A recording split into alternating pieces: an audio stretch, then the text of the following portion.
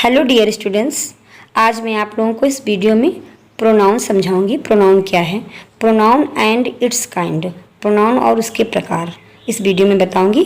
तो सबसे पहले आप लोग जानिए प्रोनाउन। प्रोनाउन को हिंदी में सर्वनाम बोलते हैं। तो देखिए इसकी डिफिनीशन क्या है। A pronoun is a word which used in place of noun. Pronoun वह शब्द होता है जिसे हम नाउन के स्थान पर प्रयोग करते हैं।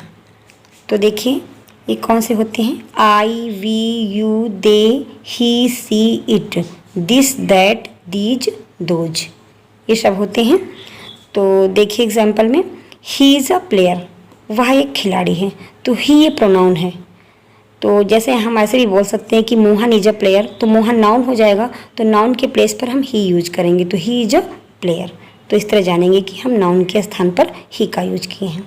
जैसे दिस इज अ बुक, जैसे यह एक किताब है, तो हम बुक के लिए दिस का यूज किए हैं।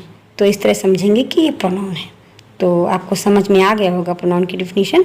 आगे हम आपको बताते हैं प्रोनाउन के काइंड्स।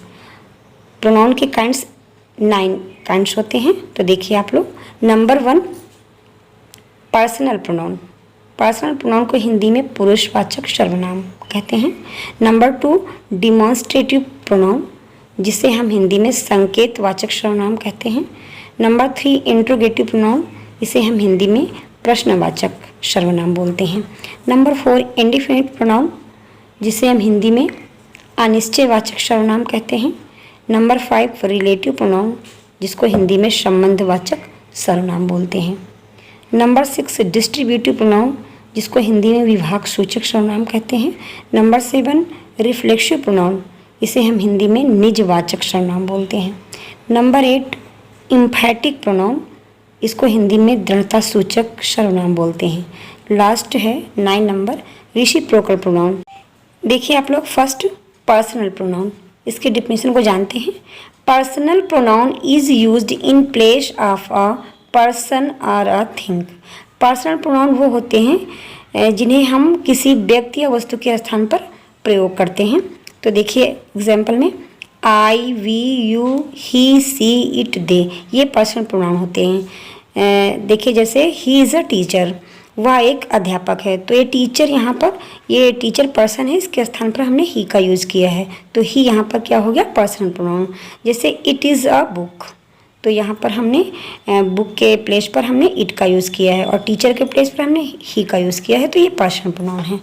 तो नंबर 2 देखिए डिमॉन्स्ट्रेटिव प्रोनाउन, इसके डिफिनेशन को देखते हैं। A demonstrative pronoun is a pronoun which points to a noun, a person और थिंग। डिमॉन्स्ट्रेटिव प्रोनाउन वो होते हैं जो किसी व्यक्ति या वस्तु की तरफ हम संकेत करते हैं, तो वो डिमॉन्स्ट्रेटिव प्रोनाउन होते हैं, इशारा करके हम समझते हैं। जैसे ये होते हैं एग्जाम्पल में, देखिए दीज, दैट, दीज, दोज, तो ये सब होते हैं दिस, दैट, दीज, दोज, ये होते हैं डिमॉन्स्ट्रेटिव प्रोनाउन। तो एग्जांपल से जानेंगे, दिस इज माय बुक, यह मेरी किताब है, तो ये दिस क्या हो गया यहाँ पर, डिमॉन्स्ट्रेटिव प्रोनाउन। 2000 बर्ड्स, वो चिड़ियाँ हैं, तो यहाँ पर दोज, ये क्या हो गया, डिमॉन्स्ट्रेटिव प्रोनाउन। तो इसे हम समझ जाएंगे कि डिमॉन्स्ट्रेटिव प्रोनाउन है। नंबर 3 देखिए इंट्रोगेटिव प्रोनाउन। इंट्रोगेटिव प्रोनाउन को डिफिनेशन में जानेंगे। Interrogative pronoun are use to ask questions. Interrogative pronoun वो होते हैं जिनमें हम प्रश्न पूछते हैं, तो वो इंट्रोगेटिव प्रोनाउन होते हैं जिससे प्रश्न पूछा जाए। तो एक क्वेश्चन वर्ड प्रश्न पूछने वाले होते हैं, हु, हुज, हुम, विच, व्हाट, ये सब होते हैं क्वेश्चन वर्ड। तो देखिए एग्जाम्पल में, what are you doing, what are you doing, which is your book, what are you doing, तुम क्या कर रहे हो। तो यहाँ पर देखिए व्हाट, ये क्वेश्चन वर्ड है, इसमें क्वेश्चन पूछा जा रहा है, तो व्हाट आर यू डूइंग मतलब ये क्वेश्चन वर्ड के बाद हेल्पिंग वर्ब होते हैं, तो और क्वेश्चन मार्क लगा होता है, तो इससे जानते हैं कि क्वेश्चन वर्ड वाले सेंटेंसेज हैं। तो व्हाट आर यू डूइंग, यहाँ पर व्हाट ये इंट्रोगेटिव प्रोनाउन है। विच इज़ योर बुक, तुम्हारी किताब कौन सी है, तो यहाँ विच का प्रयोग हुआ, तो ये भी विच भी इंट्रोगेटिव प्रोनाउन है। तो इस तरह से समझेंगे इंट्रोगेटिव प्रोनाउन। नेक्स्ट देखिए 4 नंबर इंडिफिनिट प्रोनाउन, इसकी डिफिनेशन को जानेंगे। Indefinite pronouns do stand for some person और thing but we don't know for exactly whom। Indefinite pronoun वो प्रोनाउन होते हैं जो किसी व्यक्ति या वस्तु के बारे में संकेत किए जाते हैं और उनके बारे में हम ठीक प्रकार से नहीं जानते हैं। तो वो कौन से होते हैं? जैसे नन है, all, many, few, some, one, something, ये सब होते हैं। एग्जाम्पल से जानेंगे। Somebody has stolen my watch, किसी ने मेरी घड़ी चुराई, जिसे हम नहीं जानते हैं। समबडी का मतलब कोई भी व्यक्ति है जिसने मेरी घड़ी को चुराई है। तो ये समबडी जो है ये इंडिफिनिट प्रोनाउन है, जिसके बारे में हम जानते नहीं, तो ऐसे यूज करते हैं। नंबर 5 देखिए, रिलेटिव प्रोनाउन। इसके डिफिनेशन को जानते हैं। Relative pronouns are those pronouns that join relative sentences and clauses and show the relation to a noun and modify the same noun.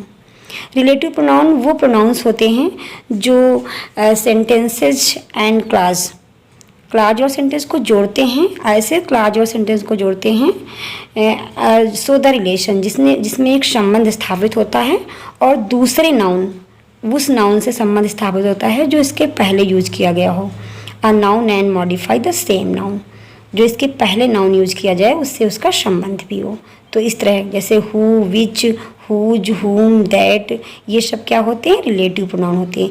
ये इंट्रोगेटिव प्रोनाउन भी यूज हम इनको कर सकते हैं, इंट्रोगेटिव भी, लेकिन इनसे थोड़ा अंतर होता है। कैसे जानेंगे? देखिए एग्जाम्पल से, this is book which I bought, यहाँ 2 सेंटेंस होते हैं।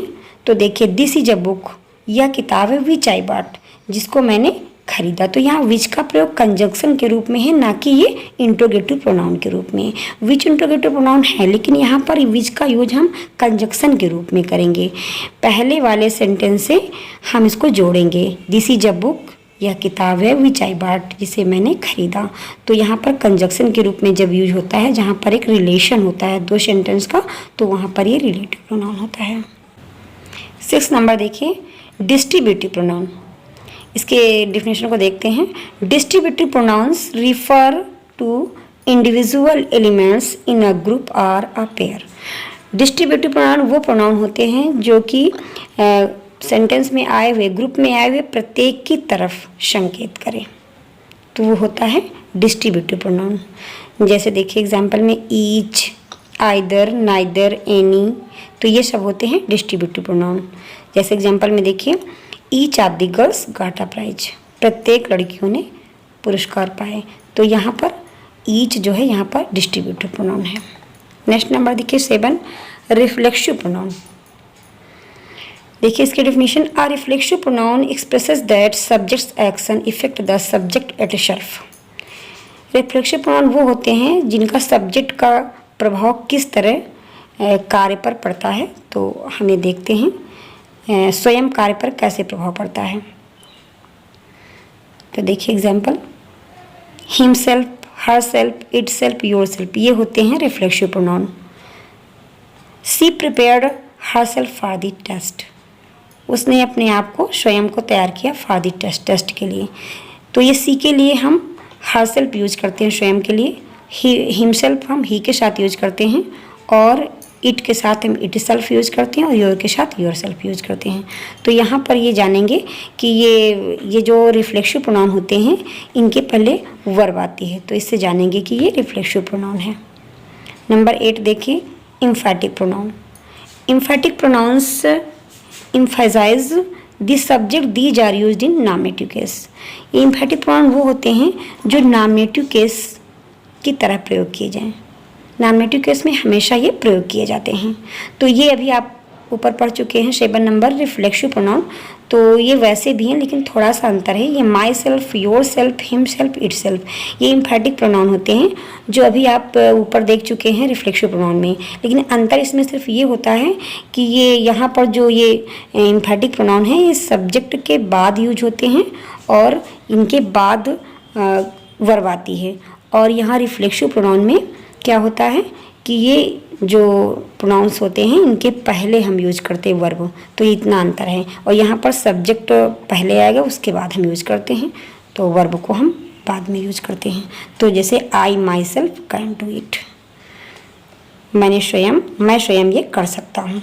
तो इस तरह ये यहाँ पर क्या हो जाएगा, एम्फैटिक प्रोनाउन। 9 नंबर देखिए लास्ट प्रोनाउन है रेसिप्रोकल प्रोनाउन। इसके डिफिनेशन को जानते हैं। A reciprocal pronoun is used if two or more subjects act in a same manner. Reciprocal pronoun वो प्रोनाउन होते हैं जो दो या दो से अधिक सब्जेक्ट एक ही तरीके से कार्य करें। तो देखिए, each other, one and other, ये दो होते हैं रेसिप्रोकल प्रोनाउन। तो देखिए example, Mohan and Sohan helped each other. Mohan और सोहन ने एक दूसरे की मदद की। तो यहाँ देखिए एग्जाम्पल से जान ली गए हैं कि रेसिप्रोकल है। दूसरा एग्जाम्पल देखिए, the girls helped one another. लड़कियों ने एक दूसरे की मदद की। डियर स्टूडेंट्स, हमें उम्मीद है कि आपको ये प्रोनाउन एंड इट्स काइंड का वीडियो समझ में ज़रूर आ गया होगा। Thank you.